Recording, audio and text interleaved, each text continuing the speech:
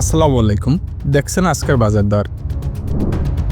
আজ রাজধানী সহ দেশের বিভিন্ন বাজার ঘুরে দেখা গেছে নিত্য প্রয়োজনীয় পণ্যের দামে এখনও স্বস্তি ফেরেনি সাধারণ মানুষের জীবনে। চালের বাজারে মাঝারি ও ভালো মানের চালের দাম আগের মতোই চড়া, কেজি প্রতি কয়েক টাকা কম বেশি হলেও বড় কোনো পরিবর্তন নেই।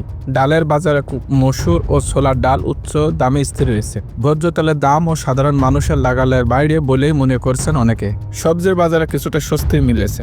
শীতকালীন সবজি যেমন বাঁধাকপি, ফুলকপি, মূলার দাম তুলনামূলক কম থাকলেও পেঁয়াজ, রসুন ও আদার দাম এখনো বেশি। মাছের বাজারে বড় সাইজের মাছের দাম বেশ চড়া, তবে ছোট মাছের দামে কিছুটা স্বস্তি লক্ষ্য করা গেছে। ক্রেতারা বলছেন আয় বাড়েনি, কিন্তু প্রতিদিন খরচ বেড়েই চলছে। অন্যদিকে বিক্রেতারা দাবি করছেন পরিবহন খরচ ও পাইকারি বাজারে দামের কারণে খুচরা বাজারের দাম কমানো সম্ভব হচ্ছে না। বিশেষজ্ঞদের মতে বাজার মনিটরিং জোরদার না হলে নিত্যপণ্যের দাম বড় ধরনের স্বস্তি পাওয়া কঠিন। এই ছিল আজকের বাজার দর সংক্রান্ত সর্বশেষ আপডেট। নতুন খবর পেতে আমাদের চ্যানেল সাবস্ক্রাইব করে সাথেই থাকুন। রাত নিউজ, ঢাকা।